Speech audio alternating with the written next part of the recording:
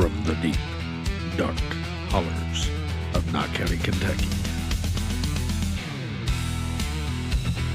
where the moonshine is strong, the stories are strange, and your neighbor's probably your cousin. This is Appalachia, not so quiet.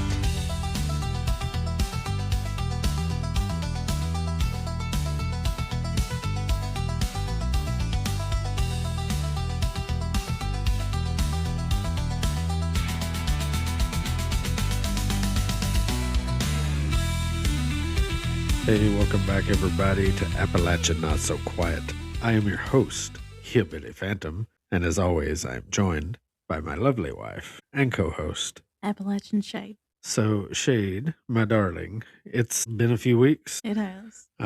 We thought about doing an episode last week, but it was a holiday. It was Easter. We decided to spend time with family, do the Easter thing, rather than focusing on the podcast, because family comes first, always. Before my work, before this podcast, before any of our hobbies or want-tos. Family comes first. And family is exactly what brings us to the subject we're going to discuss on this episode. Now, we've talked before about how missing people seems to be a big interest to a lot of our listeners out there. In fact, our missing person episodes, a few of them that we've done, are some of our top episodes in our top 10. And in fact, our number one most listened to episode is the Kelly Holland Jr. episode, a mysterious disappearance and a strange story all around of a little boy from right here in Knott County. Yeah, that was back in the 80s. Yeah, we've actually discussed several missing persons. We have several missing persons that have not been found at all in Knott County. Yeah, we've discussed several missing person cases from right here around Knott County. There's still a few we haven't got to. We're probably going to have future episodes where we get around to the other missing people from right here in our home county. But we've also talked a lot about just strange disappearances in general around Appalachia and other places. And we actually, we have a current missing person, correct? Guy that just went missing a few weeks ago. Yeah, March the 26th. His name is Sean Reisner, and he was last seen in the Big Branch area near Hyman, Kentucky. He's described as 6'1", brown hair, last seen wearing gray Nike sweatshirt and camouflage Crocs. And they have a reward offered, but it doesn't state an amount. And they're asking everyone right now in the county to check their cameras from between 10 a.m. and 10 p.m. that night. That's actually a great advantage that we have nowadays that we never really had before. Is a lot of people have like these Ring doorbell cameras and stuff. They're always catching things. Yeah, and they're saying that, well, they have pictures online of what he's driving. It's kind of like a Chevy box truck, like a low profile Chevy box truck. And it's got like a distinct like blue, looks like maybe a LeBra or stripe or something across the front bumper. Right. Toward the hood. But this vehicle didn't specifically belong to Sean Reisner, but that was what he was last seen driving, and they've already, So he was driving like a buddy's vehicle or something, probably? Yeah, they've already, repossessed the vehicle. We're not sure what's going on there. But we're still waiting on more details to come of this. So there you go.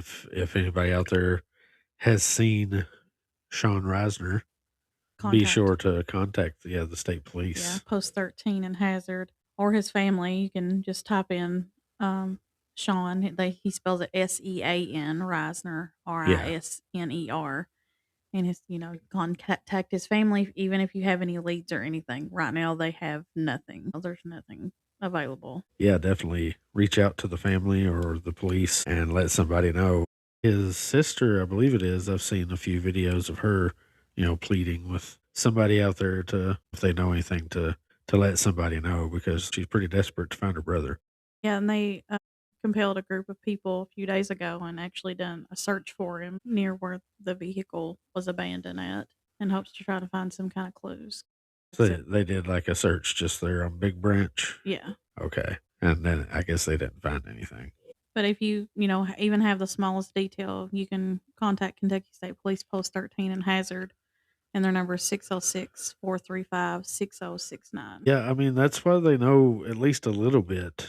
What little they do know is because there were some people that apparently came forward and said that they drove by and saw him abandoning that van in a ditch, I think, and he was just walking up the road. Yeah, he was walking. So they thought maybe he was walking to get help or something. And if he was walking, then surely somebody else probably saw him. Yeah, that's, a pretty busy road that one is. Yeah, and just like we mentioned, the Ring doorbell cameras and things, there are some houses out there kind of close to the road, so maybe they saw him walking by or something. Anything like that, any kind of information would help out. So yeah, if you've seen anything, if you know anything, then contact the police, contact the family, let somebody know. And with this story we're going to share, it's very doubtful that there might be any kind of new information or anything to come about. It's a pretty old case. The old case. Yeah. Yeah. We're going to go pretty far back with this one. And it's still, in the Appalachias, but it's just over on the other side. We're going back to Christmas Eve, your favorite time of the year. Yeah, it is. The year was 1945. The war had just ended like 3 months prior, and we arrive in a quiet little town called Fayetteville, West Virginia. In Fayetteville, a family sleeps. There's presents sitting under their tree, unopened. The war is finally over. It seems like things are getting better, and the world is finally catching its breath. But then, a fire. Now, this isn't just any story about a house burning down. This is actually the story of 5 children who vanished into thin air. And there's a lot of people out there that believe that they were never in that fire at all. This might be one of the more unsettling mysteries in Appalachian folklore. This is the history of the Sodder family. Had you ever heard of the Sodder family, Shade? No, I hadn't. I had not either. And that's pretty surprising because this was apparently a very big deal, a huge mystery surrounding almost every aspect of the story. So the Sodder family lived a modest life. George and Jenny Sodder were immigrants of Italian descent, and they were raising 9 children. They said that they actually had 10 children, but one of them was older. He was like 20, 21, and he had been away at war. Yeah, one of them was, I believe he was 21. And yeah, he'd been away at the war and he still wasn't back yet. Yeah. They actually did have 10 children, but there were 9 children living with them there at home. Think you could raise 9 children, 10 children actually? I'm struggling with the 2 we got. I can't imagine that. How did these people do it back then? I mean, they would have 10, 15 kids. So George Sodder, he was born in Italy, and then he and his brother were immigrants, and they came here when they were like 13, 14 years old to the United States. Yeah. And he finally settled in Fayetteville, West Virginia. And he built a life there when, many immigrants were facing hardships and discrimination. His brother, his brother ended up going back for some reason. They say during George's life, he would not speak of his childhood and why he left at such a young age from Italy. He worked as a truck driver and a businessman, owned a successful trucking company hauling coal and dirt. He was hardworking, strong-willed, and sometimes outspoken and stubborn, and that got him in trouble a lot. Yeah. He was not someone who stayed quiet, especially about his beliefs. So some of the other people that came in from Italy, he didn't get along with because of his strong opinion, especially about Mussolini and Hitler and things like that. Right. He was just, Yeah, there's a lot of speculation that he really ticked off the mafia, the Italian linked mafia, because they were all still aligned with the Italian government at that time, which was the Mussolini government that was in bed with Hitler. And his wife, Jeannie, she was born in Italy as well. Yeah. likely they say in the 1900s. Most of accounts suggest she came from a traditional royal Italian background. Some sources believe that she came from Sardinia, though it isn't 100% confirmed. And like many immigrants of the time, details are like limited and unclear. Yeah, a lot of their history didn't really follow with them because a lot of immigrants, they were coming to the new world for a new start. So they were leaving a lot of their And she baggage came behind. and she came, pretty young. She was a toddler when she came over with her family. Yeah. So there wasn't a lot of details, about her before then. So she met George after arriving in the US many years later. He had stopped by her father's store. He was there getting some stuff and met her there. And that's how their relationship started. And then they married him again, building their life together, and they described it as a strong, family centered, rooted in sharing their immigrant values. And before having children, Jeannie was focused on her home building, stability, supporting her husband's growing business, and just living the homemaker life, the Yeah. wifey life. Yeah. So, That wife laugh. yeah. And they were like pretty well respected Hmm. in the community too. They may have faced some hardships as far as people not trusting them and everything, being immigrants when they first got here. But I guess they kind of proved themselves because they became kind of, stand up citizens. Yeah, they were well known middle class, Yeah. upper middle class citizens.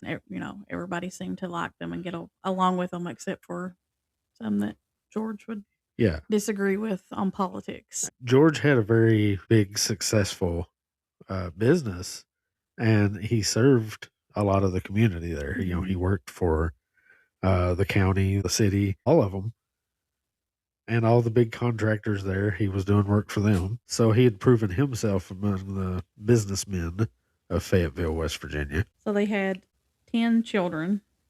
They had John Sodder, Marion Sodder, George Sodder Jr., which they called Georgie, Maurice Sodder, Martha Sodder, Louise Sodder, Jeannie Sodder, Betty Sodder, Sylvia Sodder, and Joe Sodder. And that's in order from oldest Yes. to youngest. Okay. And John, the oldest, is the one who was still away, still overseas. So on this fateful Christmas Eve in 1945, it was George and Jenny and their 9 children. Everything seemed normal. Nothing was amiss. Nothing strange was going on. But shortly after midnight, Jenny receives a strange phone call. A woman she doesn't recognize laughing and asking for someone who isn't there. So that's pretty weird. Mm. She wakes up to the phone ring and answers it, and it's just some random woman, had a wrong number, I guess, was laughing and asking for somebody who didn't live there. So, I mean, that happened. I remember that happening when I was a kid. On Christmas, too. But yeah, this is 1945 and it's Christmas. Not sure a lot of people were really using their phones a whole lot back then. I would imagine there probably weren't that many people that had phones, considering where we're at, the Appalachian Mountains. Not a lot of people had things like that. And, it being Christmas, a lot of people were spending time with their family. They weren't Mm-hmm. calling people on the phone. So that seems weird. So Jenny, of course, says you have the wrong number and she hangs up. Now, as she's heading back to her bedroom, she noticed that the door was unlocked and she had told the children to make sure the door was locked before they went to bed. So she assumed they had forgot to lock the door because she saw it was unlocked. So she locks it and then goes on up to the bedroom. She falls back asleep but is awakened again only a few moments later. She hears a loud bang and a rolling noise on the roof. And then she notices the smoke and the fire. The house was burning. George and Jenny managed to escape with 4 of their children, but 5 of them remained inside. Maurice, Martha, Louis, Jenny, and Betty were still in the burning home. So once outside, total chaos erupted. The horrified parents saw their house was now fully in flames. They were frantically trying to save their 5 children who were still trapped inside. The room where the children slept was in the attic, so George ran to get a ladder and hopefully make an escape route for them via the bedroom window. However, when George ran to the garage to get the ladders, he noticed they were missing, despite having only used them just a few days before. I had read reports that he left them up against the house all the time Yeah. to easily access the roof Yeah, reasons or whatever. they apparently they kept the ladders close by because he was a builder. He owned this trucking company, but he was like a construction guy too. He was always doing stuff to their home, and they had a huge home. He was always adding on to it. That's why it was so hard to get to all the children whenever this fire broke out, because those four were close by to their room and they were able to grab them and get them out. But the others were like on the other end of the house, up in the attic area, So it was a lot more difficult to get to them. Yeah, supposedly he had these ladders all the time right there around the house. There's no reason they shouldn't have been there. But that night, when he went to get them, they weren't there. So he can't find the ladders. So next, George decides to start up one of his trucks. He's got one of his big dump trucks, a couple of them actually, right there at the house. He decides to fire one of those up, drive it around to the side of the house, and they can use that to climb up to the window. He tried both of those trucks. Neither one of them would start. And again, they had both been working fine the previous day. Now, in a later investigation, after this event transpired, they actually found the ladders laying in a ditch down from the home. So they were like 75 feet away from the home. Yeah, 75 feet away, thrown into a ditch. That's very suspicious. And also, I read that there was reports that there had been like damage done to the engines of the coal trucks or the dump trucks. And then there was also reports that the engines had been completely removed from those trucks. They were just bare bones, the body. They ripped the engines out of them? Mhm. Holy cow. I did, some of the research I did, it said that the trucks had obviously been tampered with so that they wouldn't start. But it never said anything about the engines being removed. That's pretty incredible. Yeah. if that's true. Seems like it would take a while to get those out. I Yeah. mean, maybe back then the engines were not. These were big, 10-wheeler, I'm guessing, dump trucks, like we would see these days. Well, I'm thinking these didn't have all the technology and Well, no, electronics and things that like Right. modernized trucks it was have probably now. it was probably a lot easier to pull one out back then than it is now. But Yeah. I would still say it was difficult because those diesel engines were huge Yeah. and they were all steel back then. They didn't have any aluminum parts. So it's at this time that George discovers his arm is also badly cut from smashing the windows in an attempt to save his children, although it was becoming clear there was now no hope for their survival. Within an hour, the house has been completely engulfed in flames. And they had a neighbor actually go and try to contact the fire department. Yeah, actually, George and Jenny tried to call the fire department, but the phone lines were not working. They had been cut. And yeah, later investigation turns out the phone lines were cut. But they ran to the neighboring houses for help, but it was too late. The entire Sodder family home had collapsed. One neighbor decided to drive and find the fire chief. And although the fire department was only 2.5 miles from the Sodder family house, the fire trucks didn't respond to the emergency until 8 a.m., 7 hours after the fire had begun. By then, all that remained of the house was ash and debris. Man, you want to talk about a long response time? Jeez. Well, 7 hours? Again, we have to think of the time.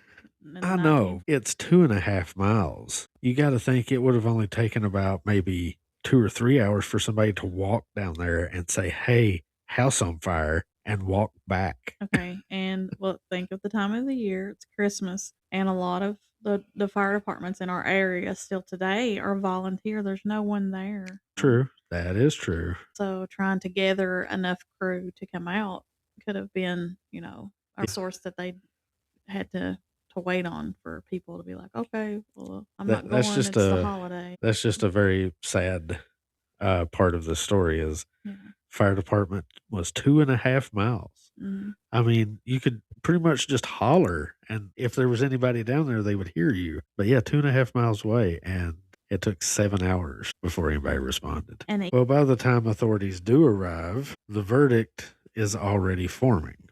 Cause of fire, faulty wiring.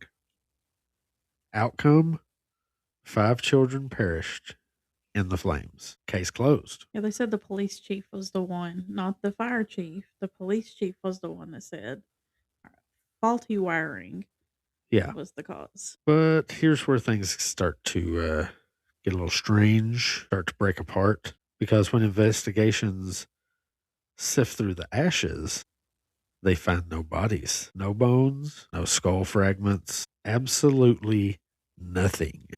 And that shouldn't be possible. No, it's medically impossible for an entire body to burn in a house fire, Yeah.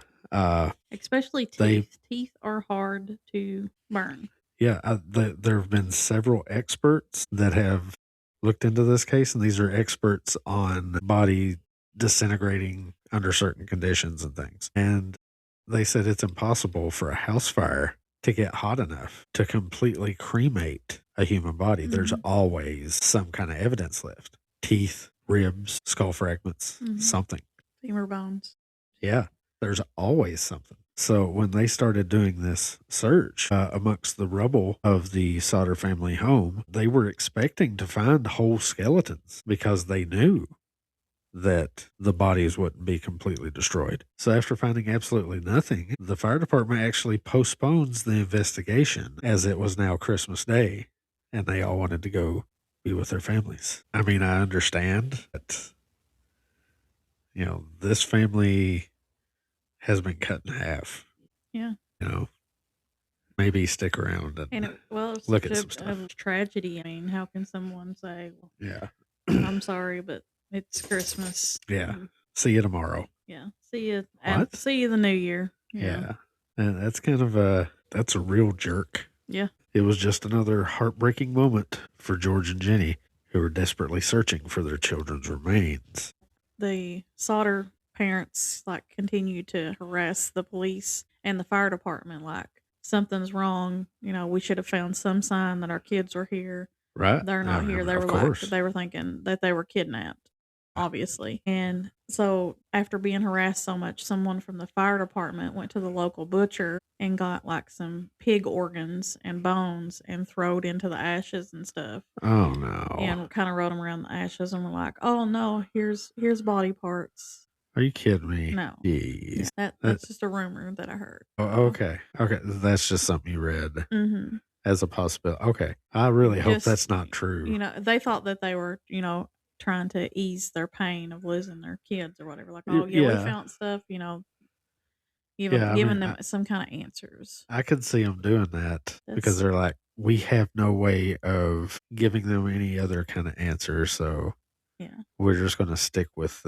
they died in the fire and we're going to produce some evidence, magically produce some evidence. Well, I mean, the bones would have worked, but I have a fully fresh organ laying there that yeah, that's not a good idea. No. Sounds like an idiot did that. Eerily, when a maintenance worker arrived to the house after the fire, it was discovered the phone lines had been cut rather than burned in the fire, as originally assumed. Now, we mentioned that earlier, and they tried to call the fire department, but the phone wouldn't work. Well, this was when the fire had first started. So if they had burned in two, it probably wouldn't have happened yet. Right. So, she got the phone call. Right. But it could have happened after she heard whatever it was hit the roof. But yeah, something hit the roof, and now they're discovering that the phone lines were cut. Strange phone calls, strange noises, phone lines are cut, fire. Yeah, ladder's missing, truck's not working, 5 children, no remains of them whatsoever found in the fire. The front door unlocked. Yeah, the front door was unlocked. This is all sounding very, very suspicious. Now, actually, if we go back a few months before the fire, in October, a life insurance salesman actually threatened George. And he had actually said that George's house would, quote, go up in smoke, and his children would be destroyed. I read something a little rougher than that Uh, exact wording. Well, I mean, this is a supposed quote. I guess it could be wrong. I mean, I know insurance salesmen can be pushy. I Yeah. mean, to say something like Well, that, I'm not gonna say the profanity that he you're a little said. So unhinged. What, you had profanity in the yeah, actual quote yeah, he that you found? said GD. Oh, So your GD okay. house is gonna go up Oh, in. okay. Well, they may have just left that out of my quote that I found. So yeah, these insurance salesmen, even today, Yeah. I mean, they are pretty pushy, yeah. Well, but back in like the 1940s, like the early times that they were started selling insurance, there is stories of them like burning people's barns and things like that, yeah. just to get them to be like, oh, Yeah, trying to we prove should a buy point. insurance on that, or we could have, had Yeah. that replaced. Yeah, they So show up like right after your garage burned down. Well, if you'd had insurance. very rarely you would hear a story of them burning somebody's house down. Yeah, that So I don't know that I ever heard any stories like that, but I have heard stories of them, messing with people, trying to prove the point of you need insurance. well, even today, I'm not going to give them free advertisement, but this insurance company is named after our first president. Okay. So we'll leave it at that. Like Okay. that name's in there. But I was at work one day, and we always beginning of the year you have insurance salesmen come in, and they're all trying to sell you insurance and stuff. And we try to stay with the local ones because like they're easily accessible that we can just call up and be like, hey, need you to make some changes to my insurance, all this stuff. So Yeah. well, this guy's brand new, and I'm like, I'm really not sure I need to. I mean, they had a good ploy going on, so Yeah. but I was like, Had a good pitch. I want to discuss this matter further with my husband. I always like to involve you Right. Yeah. and our finance I stuff, like I especially like being involved when money life is being insurance and things like that. Yeah. So let you know, but I took out a big policy on you. Right? I'm thinking about choking you out or something, maybe. I'm worth more dead than I am alive. So I was like, let me get back to you. I'll contact you. Right. Basically, what I Yeah. told him. He was calling me at work after that, like for days, and our secretary would be like, I'd be like, no, don't talk to him. Just be like, no, she's not here today or whatever. Yeah, she's not available. Well, he shows up at Oh, school hunting for me. Like literally, like a hunting dog, stalker. stalking me, and like I'll What go a and hide weirdo. in the lunchroom from this guy. And I'm like, and my secretary's just like, tell him, and I was like, I have told him. I was like, we're not interested. I was like, I've talked to him on the phone, so we are not interested. I'm sorry. And like he's knocking on all the doors trying to find me up and down the hallway. And I'm like, why That's would just you all even crazy. let this guy back in the school? Yeah. Be like, she's not interested. I remember when Yeah, this happened. I it mean, was it I was was ready to go hunt the guy down, it was but kind of it was kind of scary. it was weird. Mm, It was and creepy. I was Like, like, "I've already talked to my husband, we're not interested." Like, no, he was adamant about no giving is me some of no, this. and that applies to insurance salesmen as well. So, but several weeks later, well, during his pitch there at the school, one of our employees bought a policy off of him. Yeah. And a few months later, she ended up canceling it. She's like, "You know what? It's not benefiting me." She canceled it, and he shows up at her house and wants to know why she What? canceled it. Yeah. Okay. Was her husband home? I don't know. She just caught him on the Ring camera, like, Oh, okay. yeah, and he was like, "This is blah blah blah with this insurance company. We were just checking to see," and he had brought another guy with him, like, "Why you canceled your policy?" And she's like, "It really is none of your business why I canceled my Yeah. Well, policy." it doesn't So matter why I canceled it. Just leave me alone. yeah, so if you ever run into insurance salesmen like that, I would just definitely be like, "No, Yeah, we don't want I it." mean, there's pushy salesmen in everything. We had a encounter with a very pushy salesman when we were shopping for a car one time. Chased us in the rain.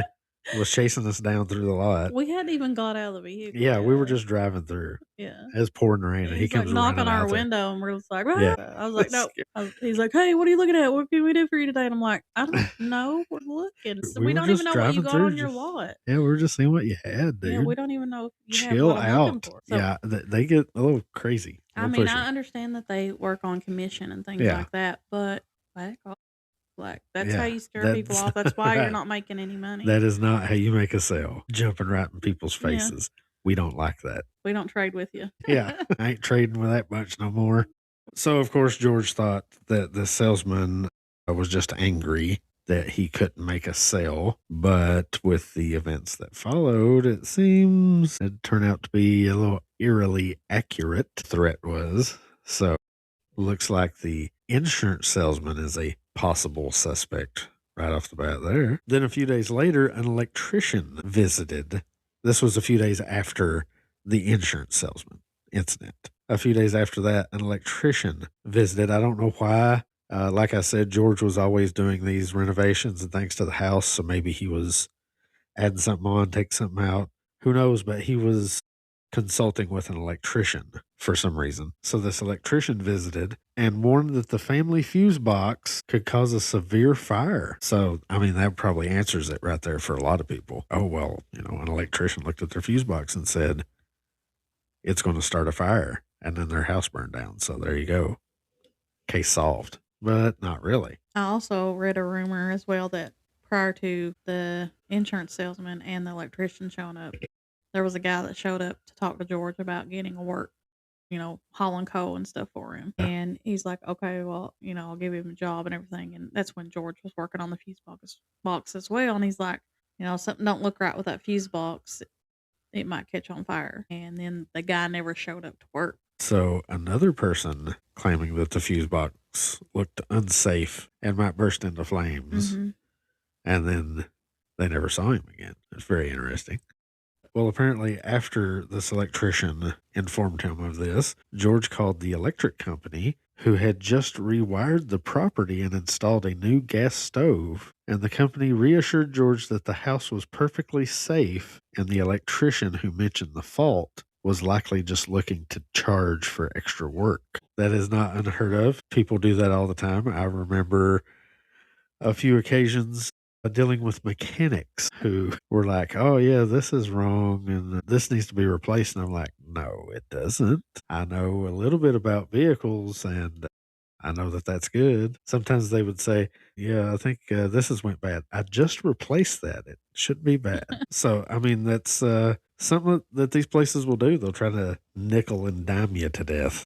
And that could be the case with this electrician. He was like, well, hey, I might be able to grab an extra $200-300 if I convince this guy that he needs to replace his entire fuse box. Now, following the official inquest from the fire department, it was discovered that the fire started in one of the basement rooms as a result of faulty wiring from Christmas lights. And here's another strange little coincidence for you. The insurance salesman who threatened George that the house was going to burn down and all that, well, he was also one of the jurors during the fire department's inquest. And through this inquest, the children's deaths were declared accidental. So Jenny Sodder, of course, she couldn't accept it. She decides to do something extraordinary. She goes to a crematorium.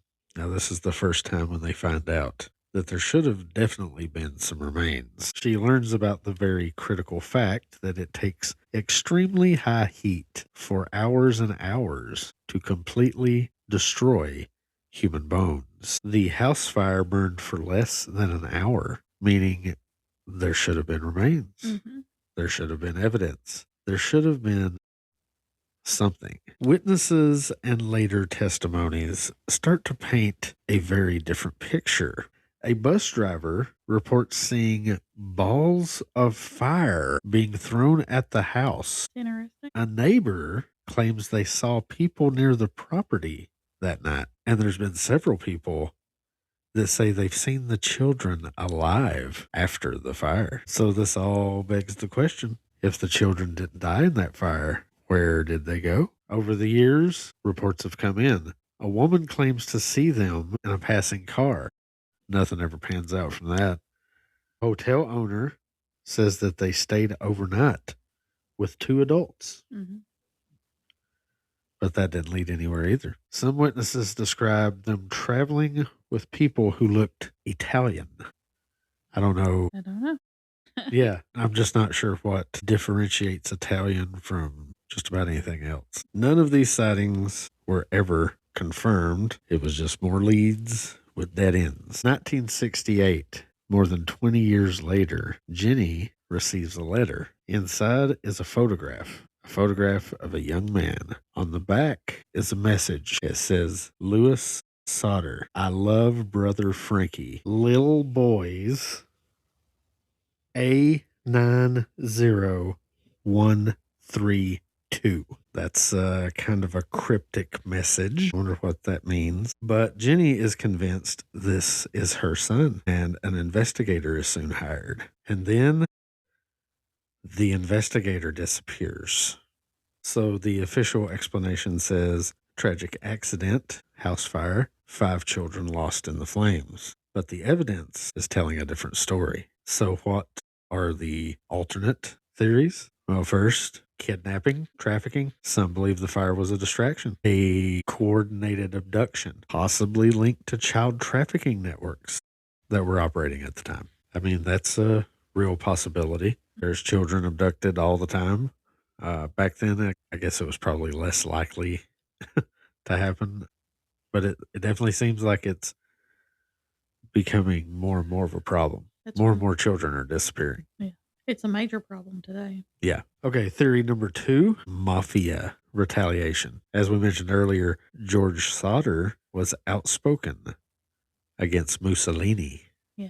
There was a lot of immigrants that ticked him off. Yeah, he had ties to the Italian community, obviously, but a lot of these Italians were still loyal to the Italian government, and a lot of them were the mafia, the mob people. Some speculate the children were taken as retaliation and possibly even sent overseas, because even the code that was wrote on the back of the picture, A90132, has been linked by some to a Sicilian postal code.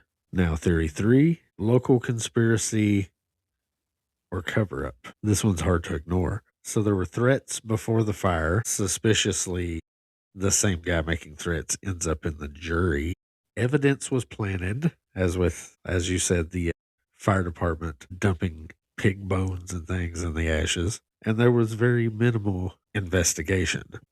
It was a very rushed conclusion because the town didn't bother looking Yeah, I'm just wondering all too closely. if he not ticked off a lot of people in town. Yeah, I don't know. Or I'm wondering if Was I mean everything I read and researched indicated that he was kind of a pillar of the community.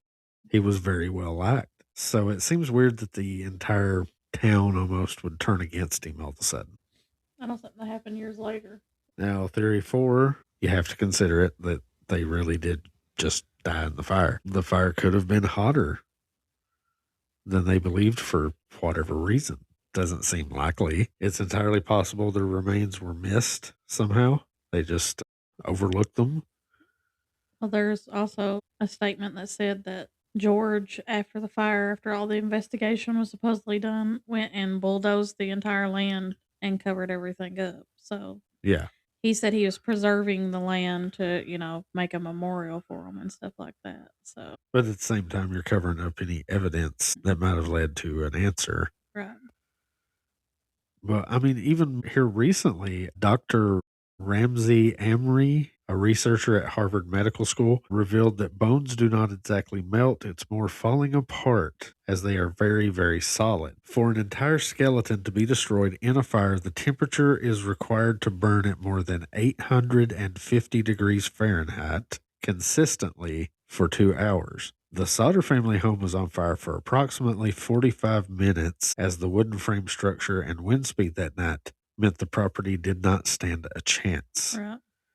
Considering how long it took for the house to collapse, there should, in theory, still be the skeletons of 5 children amongst the debris. Yet these were never recovered from the site. So, I mean, it's basically an impossibility that there shouldn't have been something. So, where did these kids go? And they said that, Jeannie, even after George passed away, spent years and she had billboards up like hunting for her children and stuff. She spent like 25 years hunting for kids, missing persons. The lack of any kind of remains is just way too difficult to explain. So there has to be another explanation. It has to be a kidnapping. did George anger the Italian mafia, who were a pretty big deal at that time? You know, when it came at least to the larger cities, the mob, the mafia, you know, they were running things. They were running the streets. And they are famously well known for making people disappear. But why only take some of the children and leave the others? Try to kill the others in a fire. Well, I think it's because the other ones are so close to their parents, they couldn't. Just couldn't get away with it? Yeah. Could be. Because I know, like, one of the older children, it said she was asleep on the couch, so downstairs where her parents were. Yeah. So yeah, it very well could be. They weren't able to get to them. They knew if they were caught by the parents that they might get taken out, get shot. Just doesn't make a whole lot of sense to me, anyway. Why take some of the children and then burn down the house? I don't. It doesn't make any sense. Why not just try to take out the whole family? If George was the target of their anger, they could have took out everybody in the family except him. Seems like the mob might have been a little more sinister about it. It just seems so strange. Yeah. And because it's so strange, you have to come to theory number 5, a supernatural explanation. Were they abducted by aliens? I mean, you never know. Were they taken by Bigfoot? Yeah.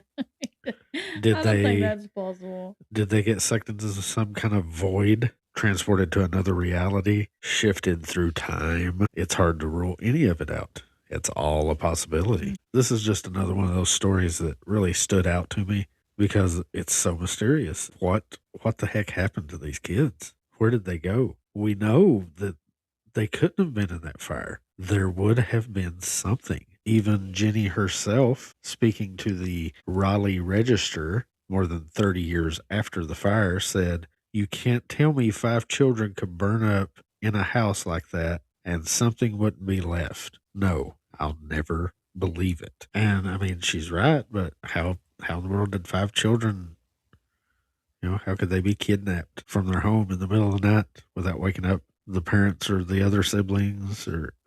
And surely by now, wouldn't someone have recognized these missing children and alerted the authorities You would think. if they are still out there? If they were just taken and forced to live a different life? Seems like somebody would have recognized them. Apparently, at one point, even Jenny herself was under suspicion. For a while, there was a rumor going around that somebody had $75,000 worth of insurance on the children, but Jenny says that they didn't have any insurance. And I think you mentioned earlier that they got a billboard Yeah. that they put up. It was up for a long time. And they were offering, I think it was like $25,000 or something other. Actually, it said, "What was the fate of our children, kidnapped, murdered, or burned?" and offering a reward of $5,000. But I mean, if you adjust that for today, Yeah. that's like $200,000. So that was a lot of money back then. And Jeannie continued this search throughout the rest of her life. Yeah, of for her course. children. Well, they said it went on some 25 years Yeah. of her looking for her children after their death. Yeah. Well, I mean, the facts of the fire and the children perishing in the fire don't add up. And even she could see that. So if a mother has hope that her children are still possibly out there somewhere, yeah, she's probably not going to give up. Her motherly instinct. Yeah. I mean, I know you wouldn't give up. If one of our kids went missing, you wouldn't stop. There's not enough land and water on this earth. I would cover every inch of it. Exactly. Now, the police received a lot of reports during this disappearance. Like we said, somebody should have seen them by now, you would think. One witness even claimed that she was a waitress and that she had served them breakfast the morning after that fire. She was working at a hotel in Charleston, 50 miles west from the home. And then, of course, all the mafia connections. I think Jenny was really convinced that it was the mafia, that it had something to do with the mob, with the mafia, because it kept coming back to that. She had even said that a few weeks before the fire, the children had complained that a strange car was following them as they returned home from school. So, I mean, that's definitely a mafia thing, a mob thing. Yeah, a car following you around. Also found an article of some people saying that Sylvia had sent a letter to the governor at the time.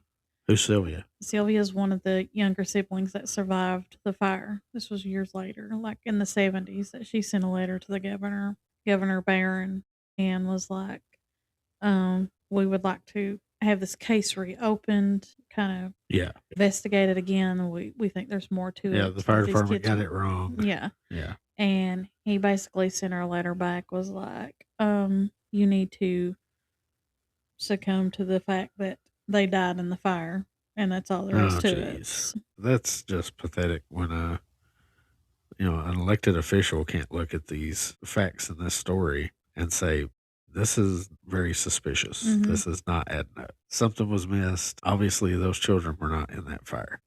So I wouldn't even be like, well, let's reinvestigate it. Or, I mean, there's nothing to investigate now, but you could just go back and look at the facts again and be like, Well, I mean, they still have, whatever evidence was collected and reports that were done at the time, but obviously it wasn't a very good investigation from the get-go.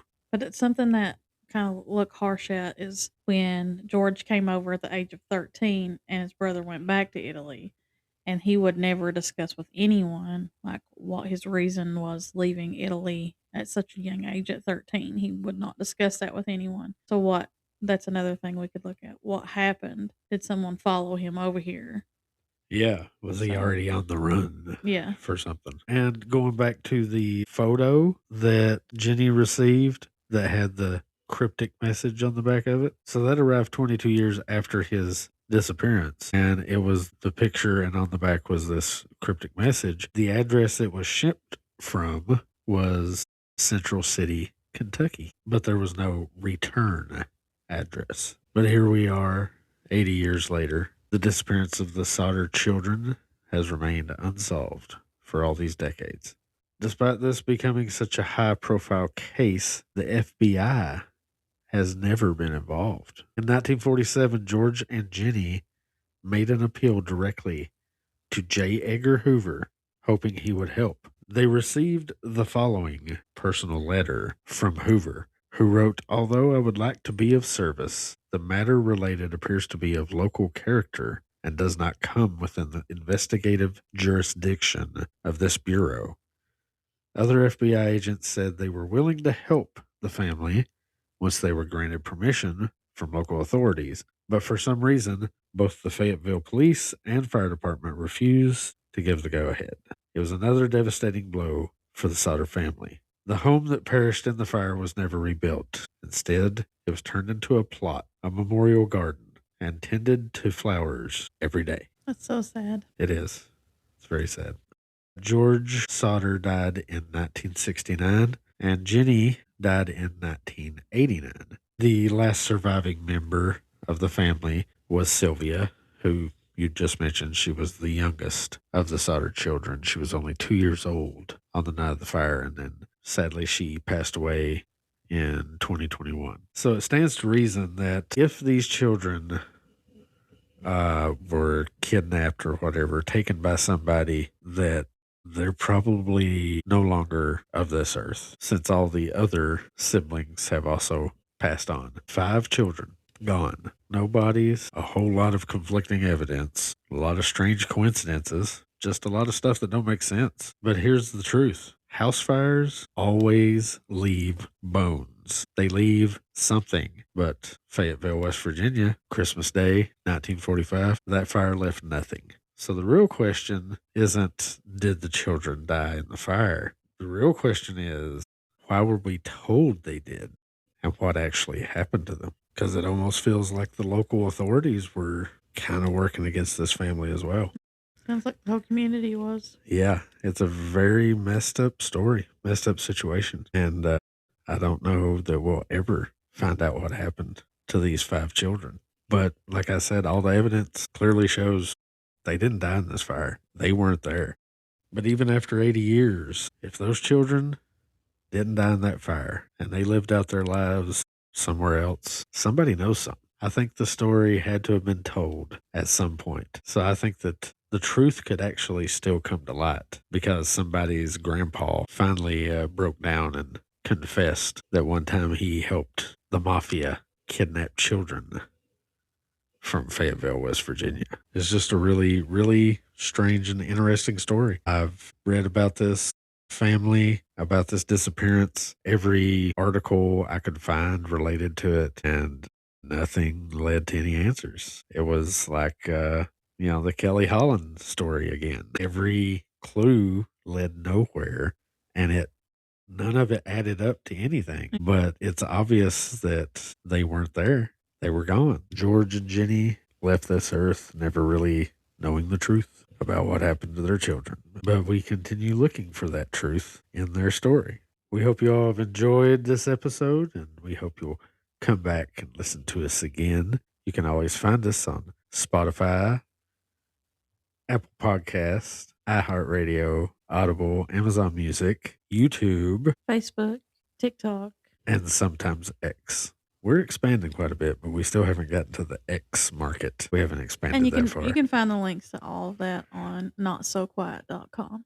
Yeah, go visit our website, notsoquiet.com. Be sure to check out Knothead's merch store. Go get you a t-shirt or a hat or a hoodie. We've got all kinds of cool stuff on there. We got some new cups. We got some great new sweet tea sipper cups, perfect for your sweet tea. It's got a cork top, and it's got a straw in it. Yeah, perfect for sipping some good old lemonade or some sweet tea. Mixed with some moonshine. Of course. And speaking of sipping on some lemonade, we have some news from our sponsor, Abby's Southern Sips. Yeah, she actually has a new menu up called Porch Pop Sodas. I'm excited about. Porch Pop Sodas. Yeah, to go along with her gourmet lemonades and iced teas.